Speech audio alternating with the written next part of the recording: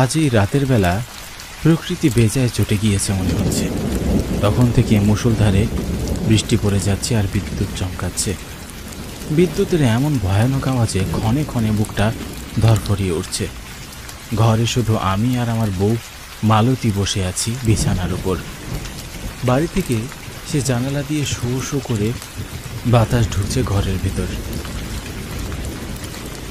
আর ঝিরিঝিরিয়ে বৃষ্টির ফোঁটা এসে লাগছে শরীরে। ভাবছিলাম কিছু টাকা হলে ঘরটাকে সারাব, কিন্তু দই বিক্রি করে আর কতই বা রোজগার হয়। যখন বড় বড় অর্ডার আসে তখন কিছু ভালো যায়, তারপর আবার যাচ্ছে তাই অবস্থা হয়ে যায়। পাশে আমার স্ত্রী মালতী বসে আছে। মালতী হঠাৎ বলে উঠল, বাইরে কি ভীষণ বৃষ্টি হচ্ছে।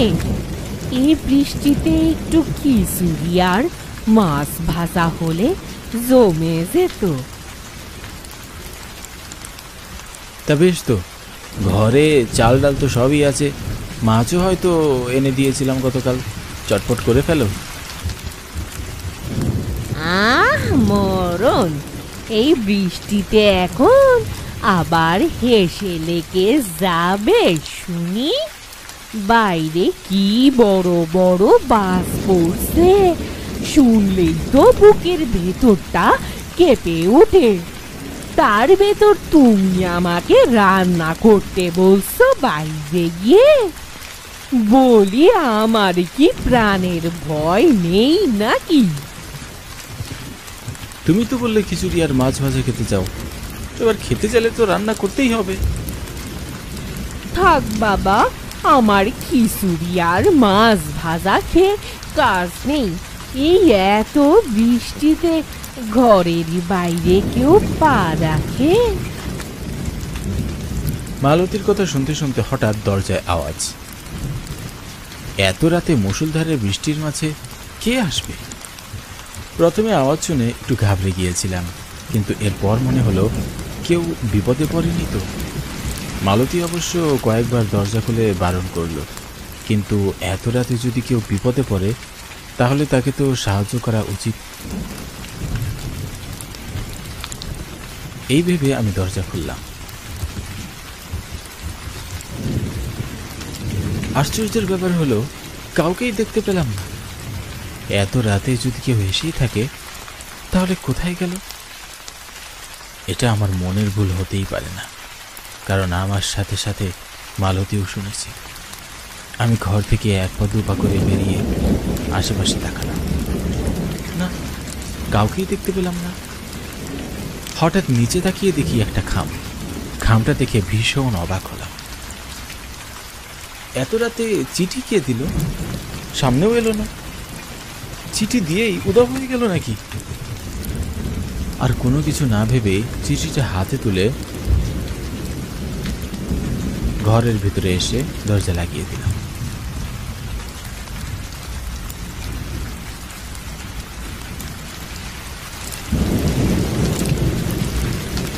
চিঠিটা খুলতেই কেমন একটা বোটকা গন্ধ নাকে ভেসে আসলো। অনেকদিন ধরে চাপা পড়ে থাকা কোনো এক পুরনো চিঠিতে যেমন গন্ধ থাকে, ঠিক তা। চিঠিতে লেখা, আমাকে আপনি চিনবেন না, আমি আগে গ্রামে থাকতাম, কিন্তু তারপরে আমার সম্পূর্ণ পরিবার নিয়ে শহরে চলে এসেছি। 2 দিন পর আমার মেয়ের বিয়ে, তাই অনেক দইয়ের প্রয়োজন। শুনেছি গ্রামে নাকি বর্তমানে আপনি সব থেকে সেরা দইওয়ালা। আমার 20 ভাঁড় দই দরকার। আগামীকাল আপনি দই বানিয়ে রাখবেন, আমার লোক এসে নিয়ে যাবে। আর দই যদি খুব ভালো হয় তাহলে আরও বকশিশ দেব। আগামীকালকে দুপুরে আমার লোক যাবে, তার আগে সব প্রস্তুত রাখবেন। চিঠিটা পড়ার পর আমার চোখটা চকচক করে উঠল। আগে কিছু না চিন্তা করেই দই বানাতে বসে গেলাম।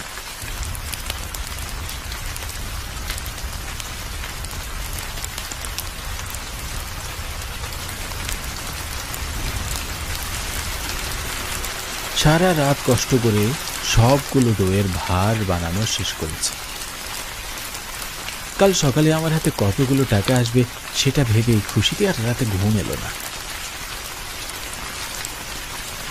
এখনই হাতে টাকার প্রয়োজন ছিল, আর এখনই এত বড় একটা কাজের অর্ডার চলে আসলো। কখন সে দইগুলো নিয়ে যাবে আর আমার পাওনা টাকাগুলো আমাকে দিয়ে যাবে, সেটাই ভাবছি বারবার। মনের মধ্যে অবশ্য কিছুটা খচখচ করছে, কিন্তু তাও ধৈর্য ধরে বসে আছি।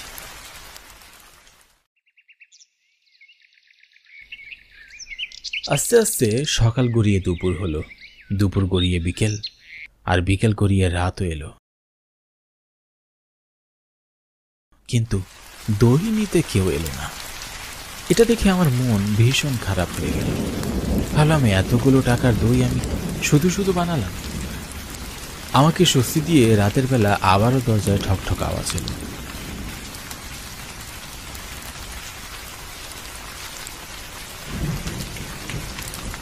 দরজা খোলার পর কাউকেই দেখলাম না। দেখলাম আগের বারের মতন এবারও একটা চিঠি পড়ে আছে। এবার চিঠিতে লেখা, একটা বিশেষ দরকারে দুপুরে আমার লোক যেতে পারেনি। আগামীকাল রাত 12টার পর গ্রামের শেষ মাথায় যে বড় নদীর বট গাছটা আছে, সেখানে আপনি সমস্ত দইগুলো নিয়ে আসবেন, আর আমি সব টাকা সেখানেই পাঠিয়ে দেব। চিঠিটা পড়েই প্রথমেই খটকা লাগলো। বাড়িতে না আসে কেন দইয়ের ভাড়াগুলো অত দূরে গিয়ে দিয়ে আসতে বলছে? আর দ্বিতীয় খটকা লাগলো, এই চিঠিগুলো তাহলে কে দিয়ে যাচ্ছে? কিন্তু তারপরও যেহেতু এতগুলো টাকার ব্যাপার, তাই আমিও ঠিক করলাম দইয়ের ভাড়াগুলো নিয়ে আমি সেখানে যাব।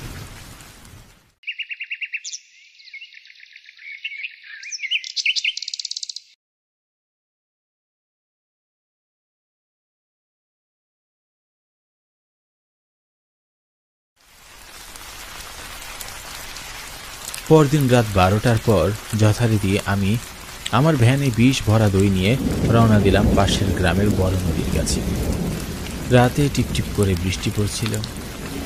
এই বৃষ্টিতে দইগুলো ভেজে আবার নষ্ট না হয়ে যায়, তাই দ্রুত ভ্যান চালাচ্ছে। বিদ্যুৎ চমকাচ্ছে ঘন ঘন। বোধ হয় এই বুঝি জোরে বৃষ্টি নামল। আমি যত দ্রুত সম্ভব ভ্যান চালাচ্ছিলাম, কিন্তু হঠাৎ কে যেন সামনে এসে পড়ায় ধাপ করে ভ্যানটা থামিয়ে দিল। বুকের ভেতরটা কেমন কেঁপে উঠল। হুট করে কেউ সামনে চলে আসে, কিন্তু এই লোকটাকে আপাতমস্তক চাদর মুড়ি দেওয়া দেখে মনে হচ্ছে বৃদ্ধ লোক। মুখটা ঠিক তেমন দেখা যাচ্ছে না। আমার ভ্যান থামিয়ে আমার সামনে এসে লোকটা কর্কশ কণ্ঠে বলল, আমায় একটু সামনে পর্যন্ত এগিয়ে দেবে বাবা। কে আপনি? এ সময় কোত্থেকে গেলেন? আমি থাকি পাশের গ্রামে। এই গ্রামে এসেছিলাম একটা জরুরি কাজে, কিন্তু ফিরতে বেলা হয়ে গেল। আমি এই গ্রামের শেষ মাথায় বড় নদীর সামনে, ওখানেই নেমে যাব। তাই নাকি? আমিও তো বড় নদীর বট গাছের কাছেই যাচ্ছি। যাক, অবশেষে লোক পাওয়া গেল সাথে। এবার আর ভয় করবে না একা যেতে। বসুন, উঠে বসুন।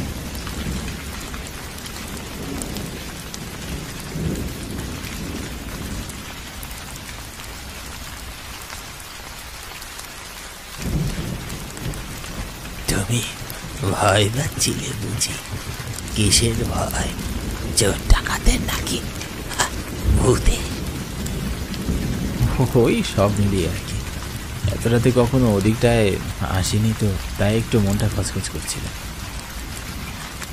তা বাবা, তোমার ভ্যানে এইগুলো হাড়ি ভর্তি কি? ওগুলো তো দই। আমি এই গায়ে সবচেয়ে বড় দইওয়ালা। আমার থেকে ভালো দই এই পুরো গায়ে কেউ বানাতে পারে না। শহর থেকে এসে লোকজনেরা আমার দই নিয়ে যায়। এখনো তো এইসব দই একজন শহরের লোককে দিতে যাচ্ছি।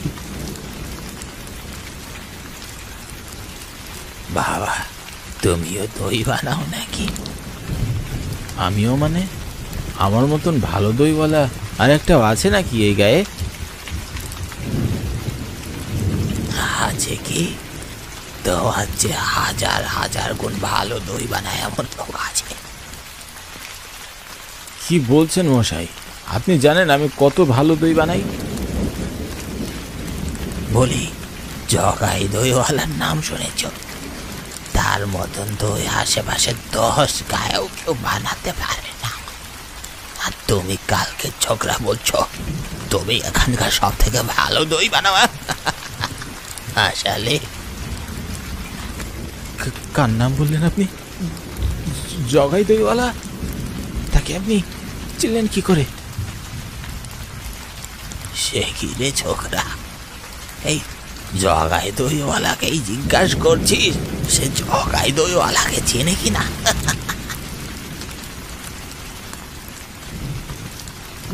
মানে কি বলছেন কি আপনি? বিশেষ হচ্ছে না, তবে পিছনে ঘুরে দেখ আমি কে। তবে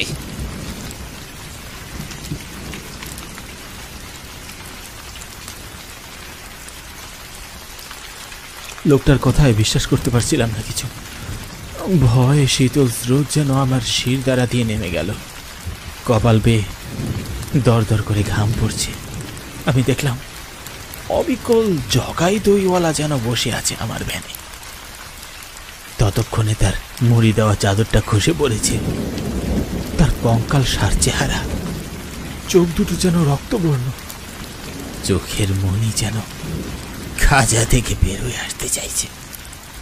রক্তহীন সাদা ফ্যাকাশে চেহারা, চোখের কোঠর থেকে যেন টিপ টিপ করে রক্ত বেরোচ্ছে তার। আর গলায় ভয়ানক মোটা দড়ির দাগটা স্পষ্ট হয়ে আছে। আমি আর নিজের চোখকে বিশ্বাস করতে পারছি না।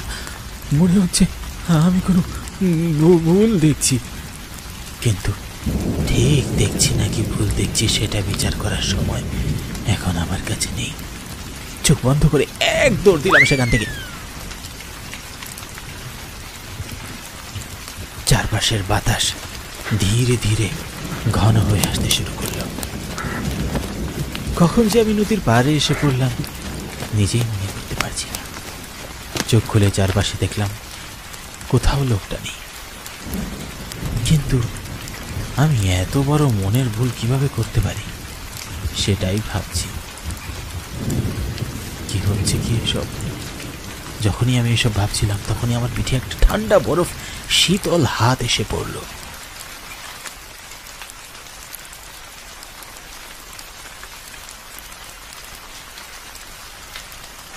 ভয়ে আমার চোখের পাশ দিয়ে এক ফোঁটা ঘাম পড়তে শুরু করলো।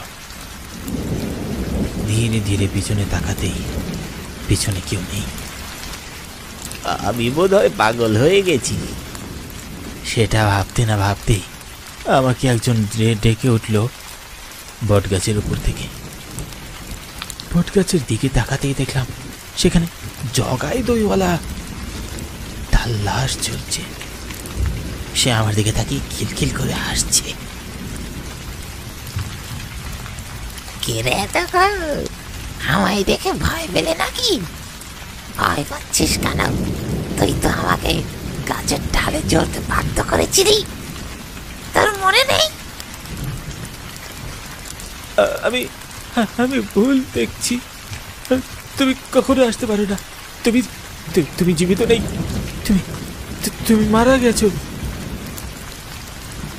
হ্যাঁ, মারা গেছি। তুই মরতে বাধ্য করেছিলি। শুধু আমাকে তো নয়, আমার সাথে সাথে আর দুটো বাচ্চাকেও মেরে ফেলেছিলি। তোর মনে নেই? এই গায়ে জগাই দইওয়ালা ছিল সবচেয়ে শ্রেষ্ঠ দইওয়ালা। আমার দই খাওয়ার জন্য দূর দূরান্ত থেকে মানুষ আসতো, আর তুই ছিলি আমার শিষ্য। নিজের হাতে তোকে দই বানানো শিখিয়েছিলাম আমি, আর তুই আমার জায়গায় আসতে চেয়েছিলি। তাই সবার চোখে আমাকে খারাপ বানানোর জন্য তুই আমার দই একদিন বিষ মিশিয়ে দিয়েছিলি।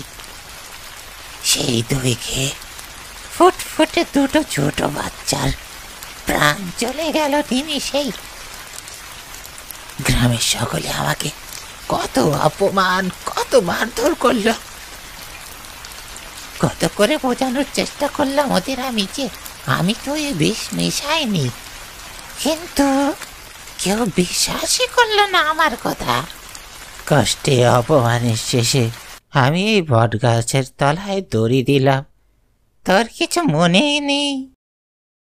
তখন আমি ভুল করেছিলাম। আমি এখন আমার ভুল বুঝতে পেরেছি গুরুমশাই। আমি নিজে উপরে ওঠার জন্য অনেক ক্ষতি করেছি। আমাকে ক্ষমা করে দিন গুরুমশাই, এবারের মতন ক্ষমা করে দিন।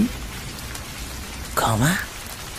আমি তোকে ক্ষমা করলেও যে দুটো নিষ্পাপ শিশুর প্রাণ তুই নিয়েছিলি, ওরা তোকে ক্ষমা করবে ভেবেছিস? না, তোর পাপের ক্ষমা হয় না, শাস্তি তো তোকে পেতেই হবে। আর এই কাছেই আমারই মতন তোকেও মরতে হবে। না না, এ হতে পারে না। আমি মরতে চাই না, আমি বাঁচতে চাই, আমি বাঁচতে চাই গুরুমশাই, আমাকে ক্ষমা করে দিন।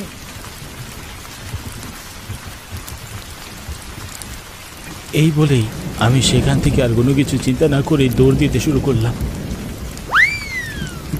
কোন দিক দিয়ে দৌড়াচ্ছে কিছুই টের পাচ্ছি না, শুধু মনে হচ্ছে আমাকে বাঁচতে হবে, বাঁচতেই হবে যেভাবেই হোক। কখন যে হোঁচট পড়ে গেছি কিছুই মনে নেই। কপালের পাশে কেটে গল গল করে রক্ত ঝরতে শুরু করলো, সেদিকে আমার খেয়ালই নেই। উঠে দাঁড়াতেই দেখলাম আমার সামনে জগাই দইওয়ালা দাঁড়িয়ে আছে। তার শক্ত ঠান্ডা হাতে আমার গলা চেপে ধরল। আমি নিঃশ্বাস নিতে পারছি না, বারবার ক্ষমা চাওয়ার চেষ্টা করলাম, কিন্তু গলা দিয়ে কোনো আওয়াজ বেরোচ্ছে না। আমার